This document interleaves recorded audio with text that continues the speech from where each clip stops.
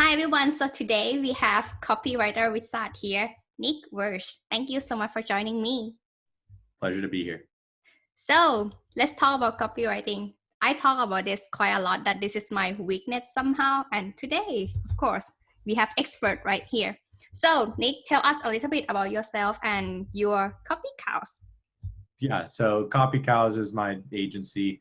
It's what I use to sell copy towards people who are either in the info product or e-commerce realm. I discovered copywriting has to have been about a year ago to this date, but since then I've had about $500,000 pass through my work. I think copywriting is probably one of the most essential skills that anyone can learn if they really want to blow up their business and get to the point where it's making the revenue that they want it to. However, it's very good to understand if you are good at it or if you're not. If you're not, you should hire someone to do it, because if you have, your attempt at copy and it's not good, it just rubs people the wrong way. So I don't think that people need to go crazy. I mean, if you want to spend $15,000 on a sales letter, go ahead, but you could get some very good copy written for you for a couple thousand, and it'll definitely help towards the sales of your actual program or product or whatever you're doing.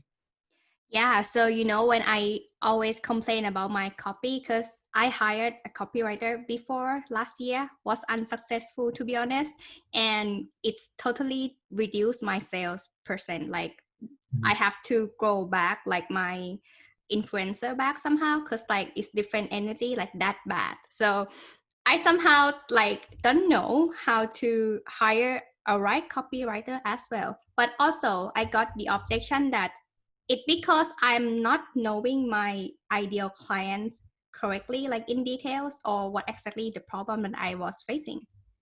Sure. So both those things. So first, how to hire a good copywriter. So I like to look at it as what I do, because I've had to hire copywriters for projects. Let's say I have a very large project that I've taken on. I need 2 or 3 people to come and help me.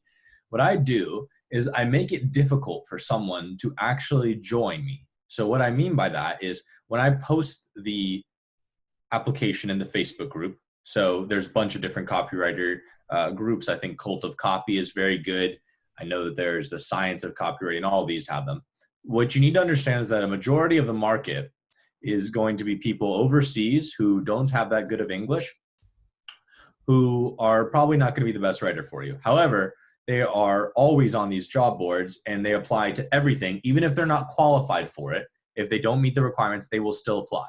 So what I mean by making it difficult for someone to apply is that I put in my post, you must send me over your resume.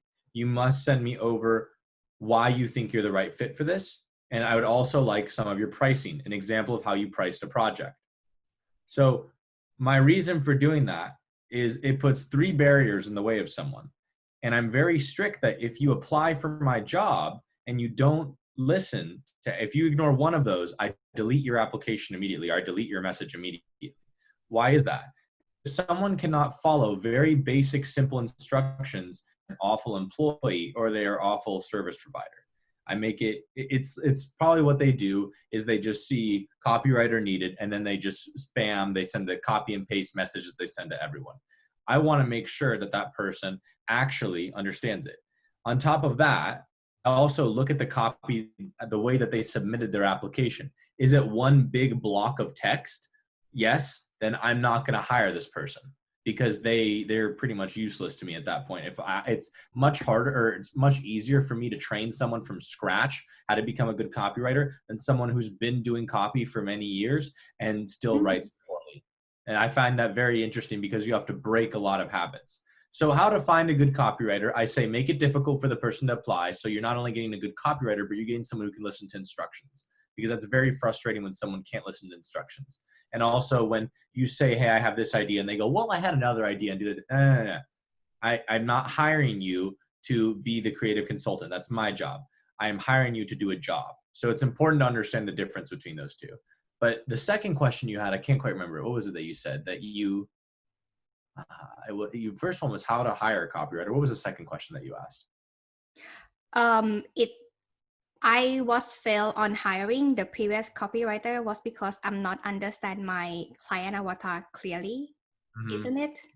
So that is one thing that can cause someone, if you don't understand who you're writing to, it's very difficult for you or any other copywriter to go in and write some magical letter for you. So I think it's very important for people to go and actually talk to their audience. So whoever it is, you go and speak with them and you try and figure out, how does this person tick? And it's not just a simple question of how much money do they make? Are they a man or a woman? How old are they? These are the very basic questions. You have to go deeper and figure out, what problems do these people have? What does their day-to-day look like? And I want to go deep into pain points. What keeps them up at night? What are they constantly thinking about? What gets them really, really frustrated? What's the biggest problem they have right now? Who are the people they like? Who are the people they don't like? Why do they not like these people? Why do they like these people? So when you ask questions like that, you can really start to understand who the person is. And when someone really understands who the person is, I know how to communicate with that person, because that's all copywriting is figuring out how to communicate a message to someone in a very clear, concise way that gets someone to pull out their wallet and purchase something or to take a desired action. So it's very, very important to make sure that you're speaking someone's language. And the only way you can do that really is through understanding the avatar. So sometimes copywriters will use that excuse, I didn't understand the copyright, I didn't understand the avatar or whatever. Well, then the question to ask them is, why didn't you ask me? You wrote this without asking me. I figured you just knew who I was talking to, which you can split the blame amongst you and then the person. But you have to really, really make a point that when you hire a copywriter, they understand who they are writing to. They have to understand that. What about, so when we do market research, right, we will do the whole spreadsheet, like in details of this question, and also like in order to give it to them. I mean, that's what I used to do. Another problem that leads to, from like in the past, that I wasn't understand my audience before, it leads to that the content that it came out is not like my tone. Is that related, or it's because of the copywriter? So a good copywriter should be able to understand how to write in someone's tone. And the way that we do that usually is by listening to someone's podcasts, by listening to someone speak on YouTube, or reading their work or whatever they have. If I don't have any of those, I'll read through someone's Facebook posts. Tone is very difficult. I can't sit here and say that tone is a very easy thing, because a lot of times people will say tone, but what it really is that I just wouldn't say that. That doesn't sound like me. I can tell that that's not me. So a lot of the times what I tell a client, and this is how I offer any services, I do my first draft. I maybe had a couple different drafts on my own, but then I send it to the client and I say, read through this. Is there anything that doesn't sound like you? Is there anything that doesn't have is this a euphemism you don't say or anything like that? And I let the person go in and edit. However, I only let them edit very specifically. If it's them taking out a marketing mechanism, something like, I don't want to use this here, then they're messing with my work. I understand if you don't want me to say dude and you want me to say bro, or if you want me to use a specific word when you say that, that's fine. But when you're removing entire chunks because you say, I don't like this, sometimes we're crossing the barrier of tone and just using tone as an excuse to get rid of things they don't like.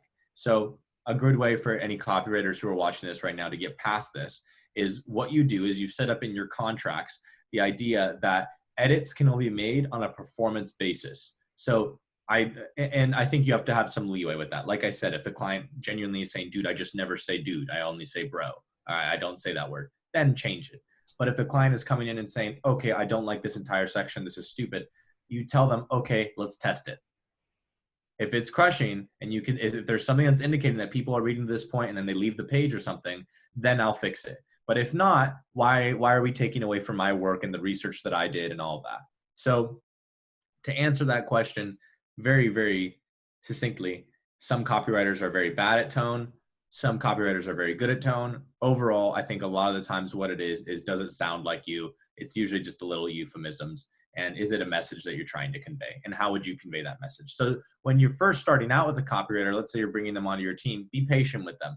It may take a month or two before they really get it and you don't have to be making edits anymore. You have made a very good point about, I'm taking note, by the way, I didn't like distract something. So it's a very good point that like the marketing mechanism and the copy part actually is integrated, but maybe that copywriter wasn't good at marketing as well, right? Because it's somehow a very core figure. That's why you write copy.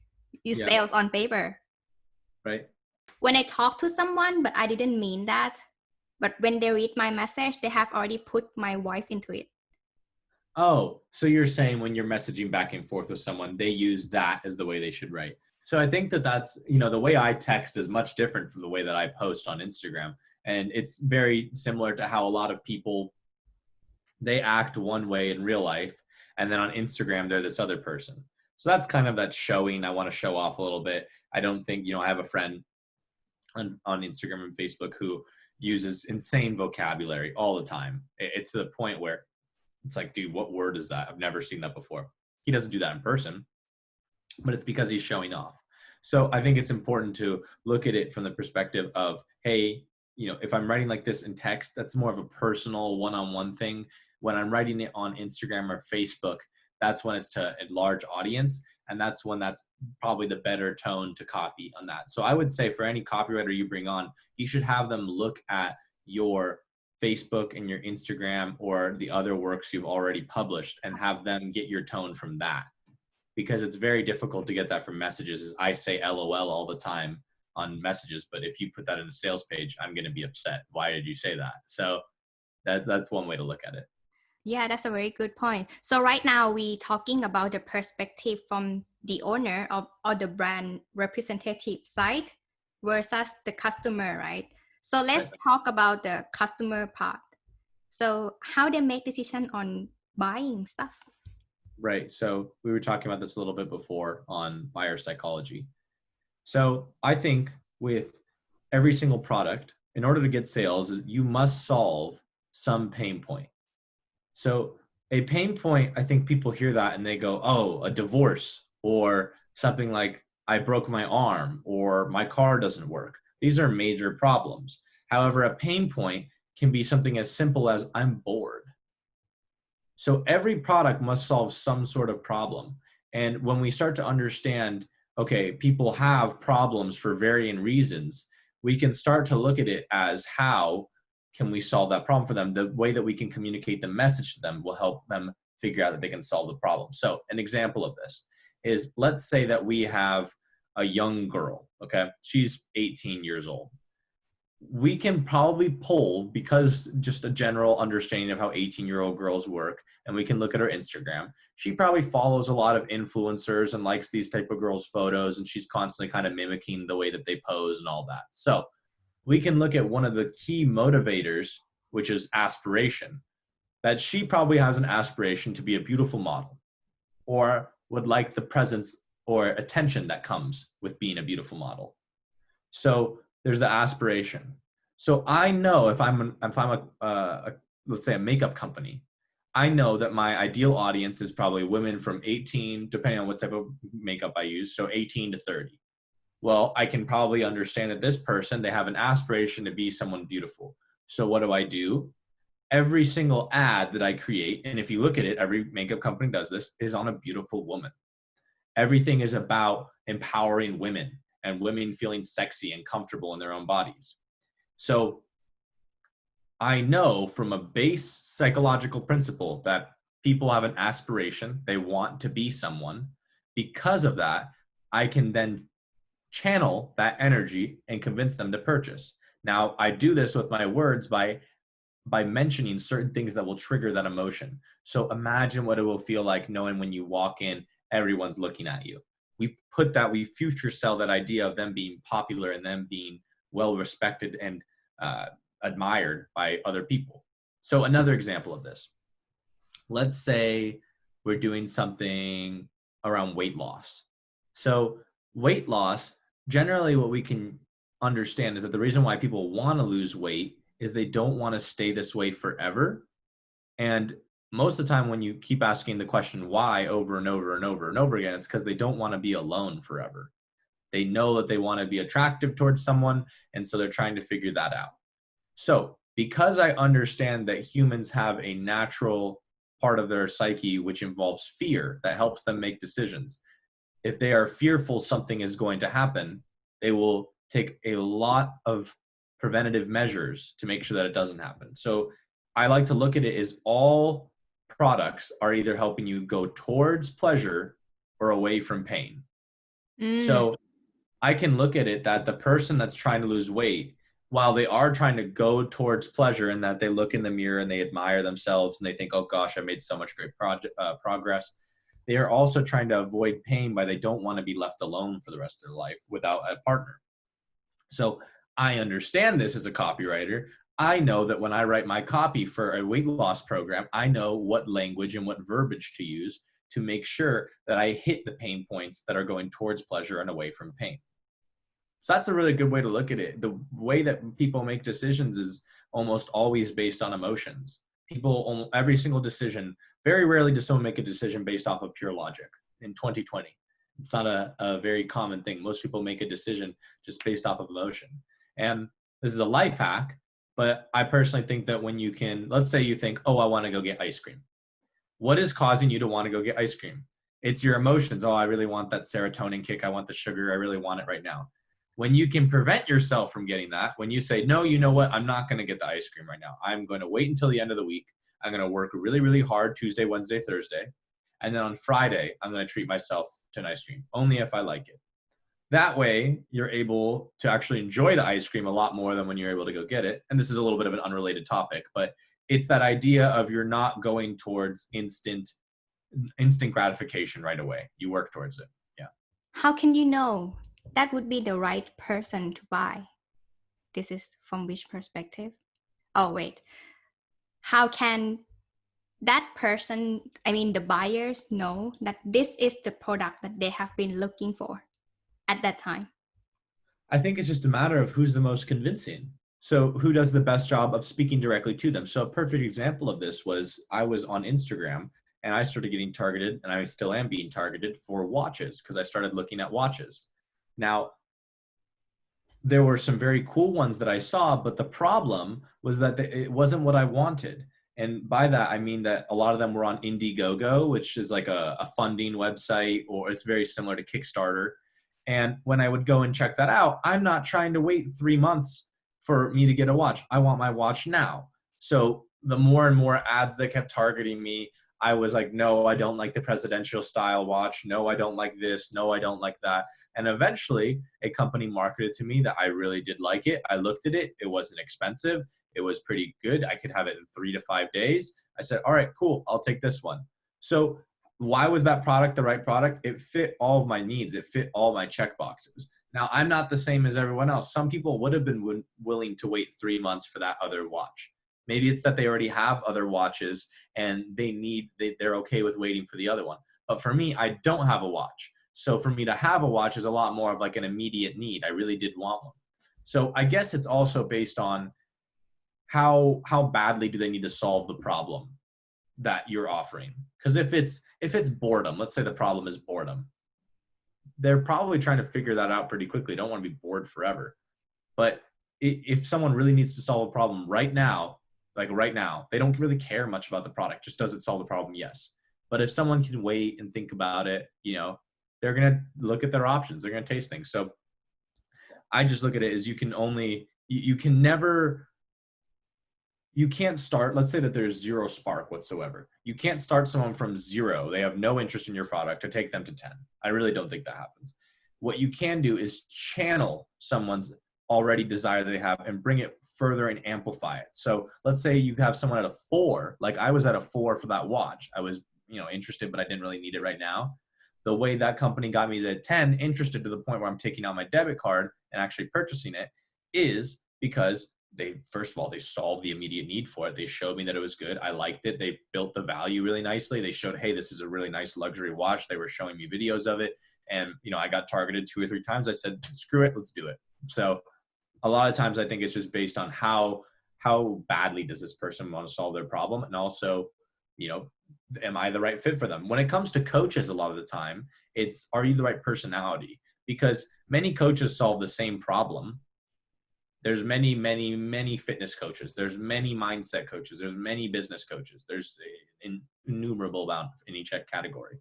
So the way that you get people to know that you are the right fit for them is they align with your personality. So I talk about this with the way that I post online. Maybe you've seen some of my comments or some of my posts, but I openly will curse in my posts and will post cuss words. Why?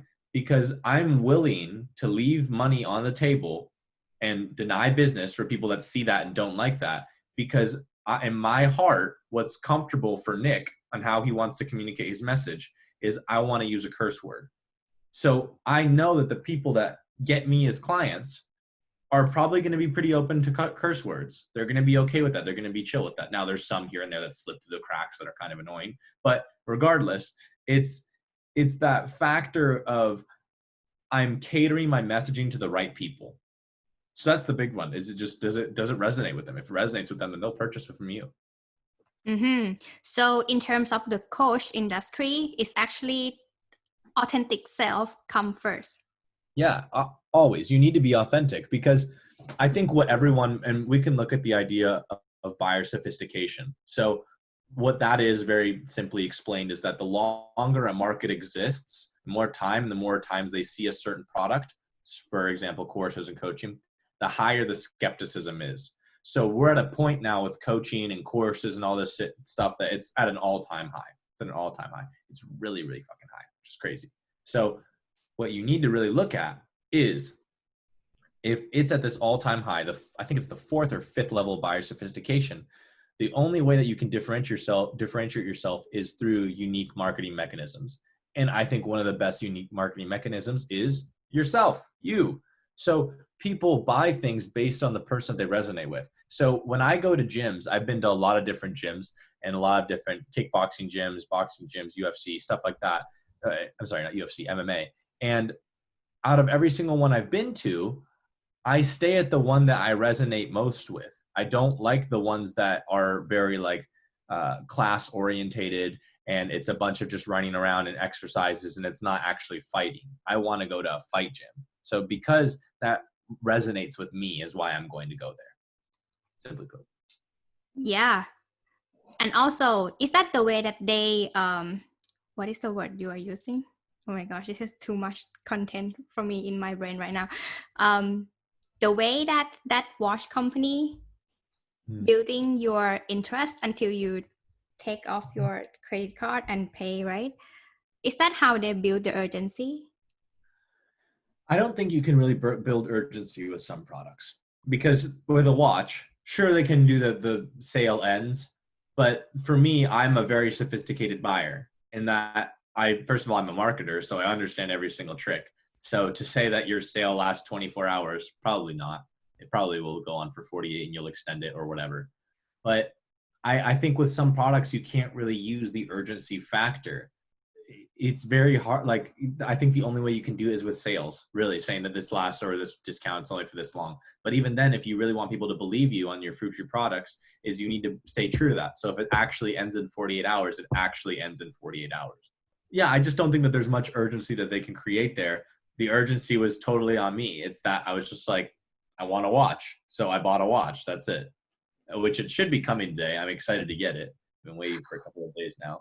Of course, right now we somehow stuck in the marketing cycle, right? I mean, everything right now, we got the pixel follow everywhere. For example, Ty Lopez follow me every single day.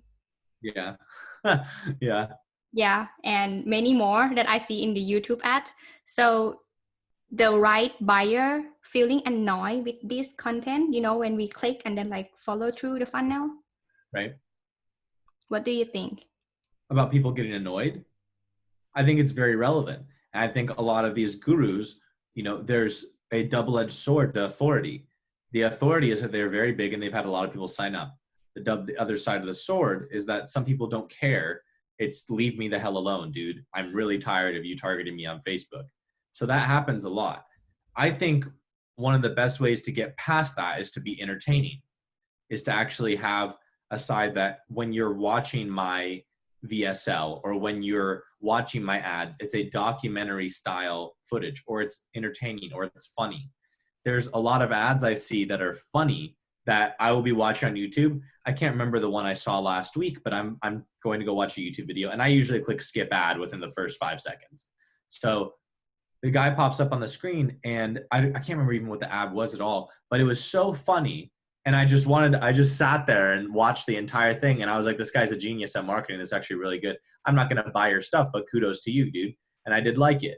So a lot of times I think what you can do to stop people in their tracks and not have that dude leave me alone is be entertaining, be funny, be cool, be someone that they actually like. And there definitely is that urgency that gets built up when the targeting keeps going again and again and again. Eventually, like, all right, fine, let me take a look at what this guy's selling. I believe that we got connected from Justin. Yep. Justin Demmer. Yeah, so Justin is the king of retargeting. I've had, I don't even know how many ads from him hit me over and over and over again. Now, I work with Justin, so I don't need to purchase his content really at all. I mean, I could. However, I think it's very important that because you're doing that, it definitely, like, it's going to throw away some people, and some people are going to be like, stop this, and block you and never want to do it again. However, for the people that really do resonate with you, it's just a constant reminder of that. So if you're the right person, I think you can do that. If you're an annoying person, like let's say a Dan Henry or a Ty Lopez, or people that are very, very annoying in this industry, it works against you because now you're a meme. That's what Ty Lopez became at a certain point, was a meme. I think that a lot of the trust for Ty Lopez has dropped over the years. I mean, he used to be one of the biggest authority figures in this field. Same thing with Grant Cardone. They both used to be huge, but look at them now. I don't think I've heard someone mention Ty Lopez's name positively in the past 6 months once. Same I here. don't think Yeah, I've seen anything with Grant Cardone either. And a lot of this comes from the market sophistication raising and more people saying random things about them. So Ty, do I think he's a good guy? Probably. Is he a good marketer? Yeah, he does a good job. However, do I resonate with him? No. It's very hard to resonate with someone who has 6 supercars and lives in mansions and does all this and tries to sell me a different freaking course every single 6 months about now the big trend is e-com. Get it on e-com. Oh, now it's trading. Now you should do trading. Oh, no. Now it's becoming a consultant and this and that. And same thing with Grant. Grant had an interview where he very foolishly decided to debate Jordan Belfort on levels of interest. You saw that? I did. Ridiculous. He sounds like a dummy on it the entire time. 0 is a level of interest. That's like saying that having no fuel in my car means my car has fuel in it. It doesn't make any sense. Yeah. So he's a lot of these guys shoot themselves in the foot because as they go on and as time progresses, the market gets more and more sophisticated. They understand them better and better, and they see them for who they are. I don't think that Ty or Grant, I could be totally wrong on this, but I don't think that they are who they are in person. I don't think I could have really that interesting of a conversation with Grant or that interesting of a conversation with Ty. I think it'd be all about money and about me, and them saying, oh, I did this, I did that, I did this, I did that. Whereas someone more so, like, I really like Sam Ovens. I think Sam does a very similar thing to them.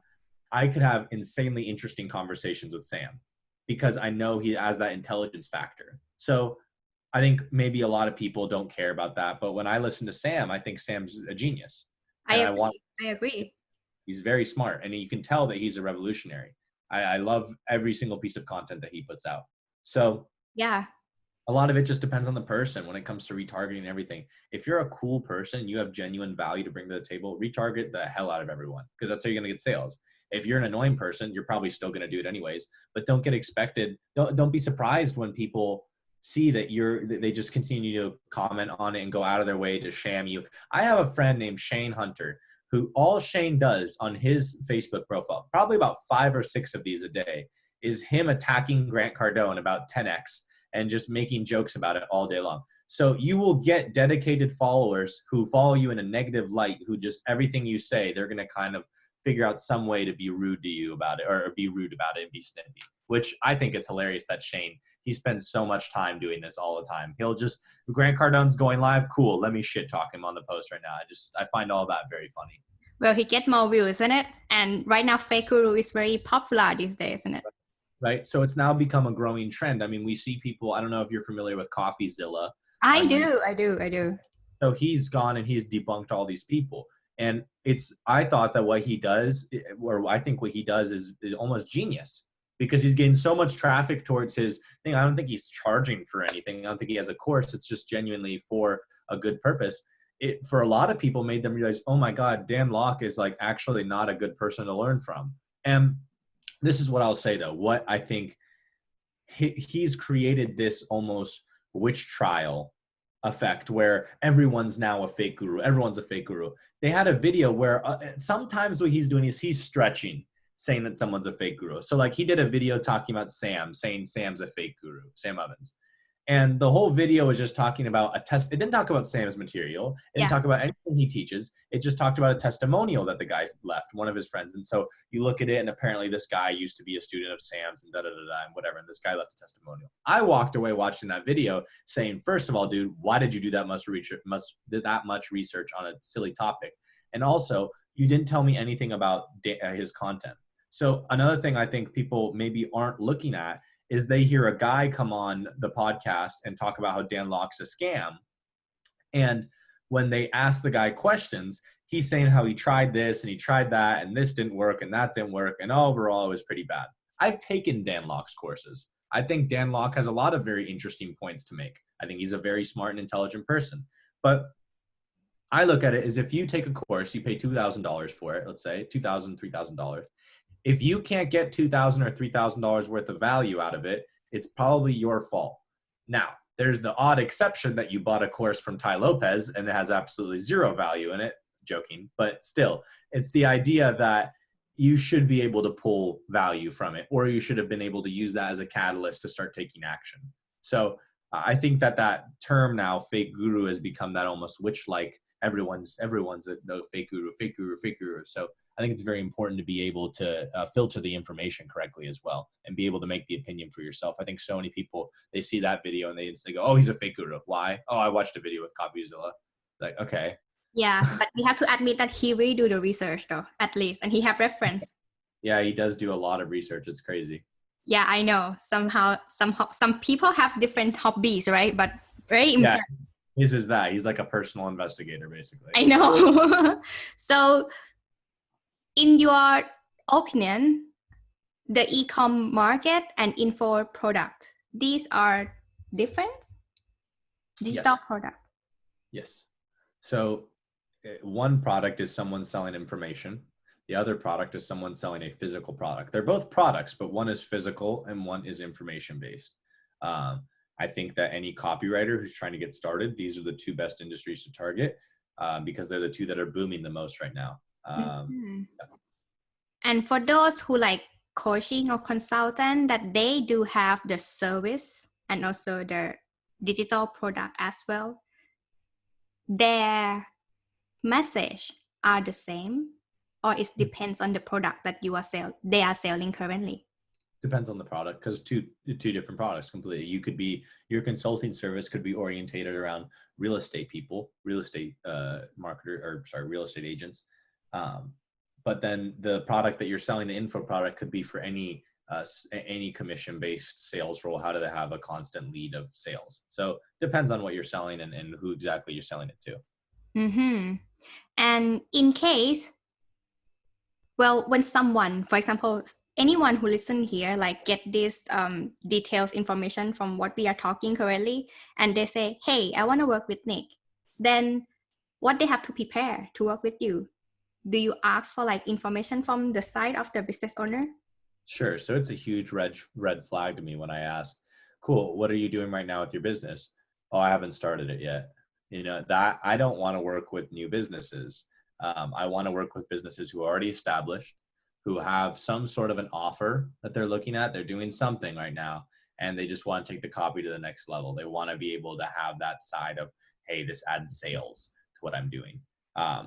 So that's with a lot of copywriters. I mean, guys who are just starting out, they'll take any project, but I've learned over time that, you know, I think that we need to have a lot of people come up with this idea. They come up with an idea like, oh, this is genius. This is the best idea ever. I'm going to go and I'm just going to start selling it. And they pour $5,000 into this idea and then it falls flat.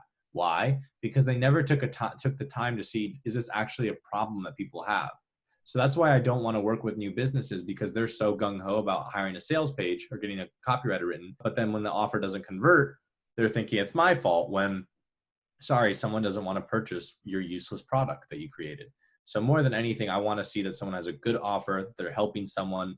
It's not a weird project that's like high risk or anything like that. It's a solid project. And that's really what I'm looking for. Is it a solid project that they already have a business with? If the offer hasn't been validated yet, yep, it also have the risks on copywriting as well. Yes, the copy is very good. like you could have, I say this all the time, that an amazing offer with very poor copy will always outperform an awful offer with a great sales page on it.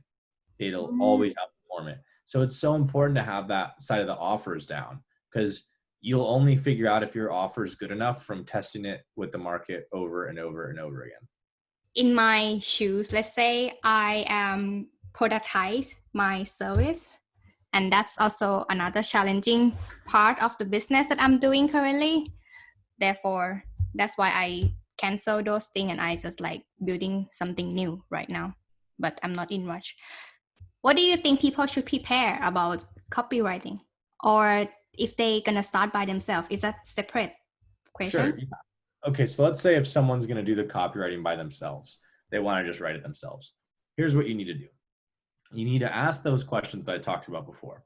So number one is identifying the pain points. What is it that keeps this person up at night? What is the problem they're trying to solve about my product? So I'm selling this water bottle. So pain point is they're dehydrated. They maybe have not had a chance to drink all day. They have a dry mouth, whatever it is, pain points. Then I want to talk about what is the paradise? What is the ideal situation of this person?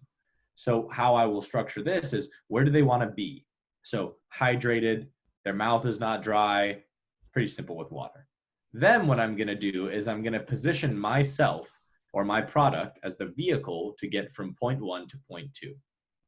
So the vehicle is my water bottle that I'm selling. So point 1, point 2, point 3, point 4, what I'm going to do is I'm going to talk about my trials and tribulations.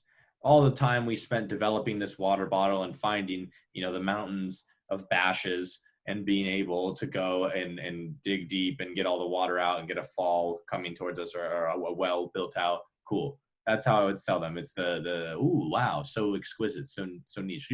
You look at, like, a perfect example of this is go pick up designer bottles of water. So I mean, like Voss and Fiji and these types of things, the $5, $7 bottles of water, and read how they sell the water.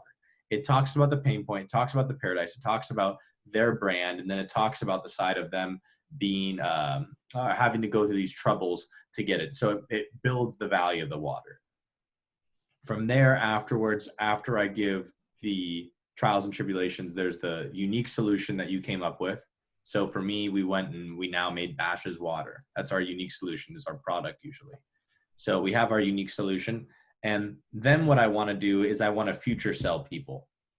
So I want to future sell them. And what that means is I'm telling them, imagine what it would be like if you were never dehydrated again. Yeah, I'm just, the water bottle is kind of a dry example, so I'm doing my best here. But, imagine what it would be like if da-da-da-da. What would your life be like da-da-da-da-da? How would you feel if da-da-da-da-da? So we are selling them on the future. Then what I'm going to do is show them, you don't have to imagine, because this has happened for so many other people. And I'm going to show them a testimonial, a bunch of testimonials. I want to give overwhelming proof that what I do works. So I'm going to give them testimonials. And then after that, what I'm going to do is I'm going to give them a risk reversal. So the risk reversal is simply put, me showing them that I'm taking all risk off the table for you. So I'm going to give you a 60-day money back guarantee, a 30-day money back guarantee, whatever it is, create your guarantee. Then after that, what I'm going to do is show them, so we have testimonials, I'm going to show them the bonuses. So what exactly they're going to get on top of it. So when you purchase this bottle of water, you'll get 2 bottles of water, or for the price of 1, or you'll get this, or you'll get that, or a koozie, or whatever it's called. You're going to get this and that. So I add in a bonus. I'm going to show the value. And please, whoever's listening to this, don't be the person that says you're going to get all these bonuses and add it up and say the value is $30,000 and you're giving it away for free. That's BS. We all know that's BS, and it doesn't work as much as it used to in the past. So I would say stay away from that tactic. But then the final part of any good sales letter, any good piece of copywriting, is a close. Simply what I like to do for my close is I have 3 paths that they can take. I tell them you can take path 1, where you do nothing, you stay the same. Path 2, you go and figure everything out on your own. Path 3 is I help you and you work with me and you don't have to go and figure it out on your own. So those are the steps that I recommend towards writing a really good letter. Now, I think it's important for someone to understand, if you have the resources, you should go and hire another copywriter. you shouldn't be doing it. If you know that you are able to afford it, you should hire someone who specializes in this. You should not try and do it all yourself, because you're going to end up with some weird copy. And a lot of times it's just better for you. You can go focus on what you do best, which is your business, either your coaching or your product or whatever it is, or living life, while someone else does that side of things for you. So if you can afford it, go for it. Hire someone. If you can't, just do it yourself. I agree. It's Yeah. not my strength at all. If Yeah. anyone who listening, just hire someone. And in case they want to hire Nick, how can they reach out to you then? You can find me on Facebook. It's Nicholas Verge on there, or Nick Verge. On Instagram, my name is @mynameisverge. So find me on any of those platforms, shoot me a message, let's start a conversation. And I'd love to learn more about you and your business. Yeah, thank you so much for joining me today. Of course, it was a pleasure. Hey, thank you for watching this episode. If you enjoyed the show, you can subscribe here or here. And this is the previous episode. Check it out. See you next time.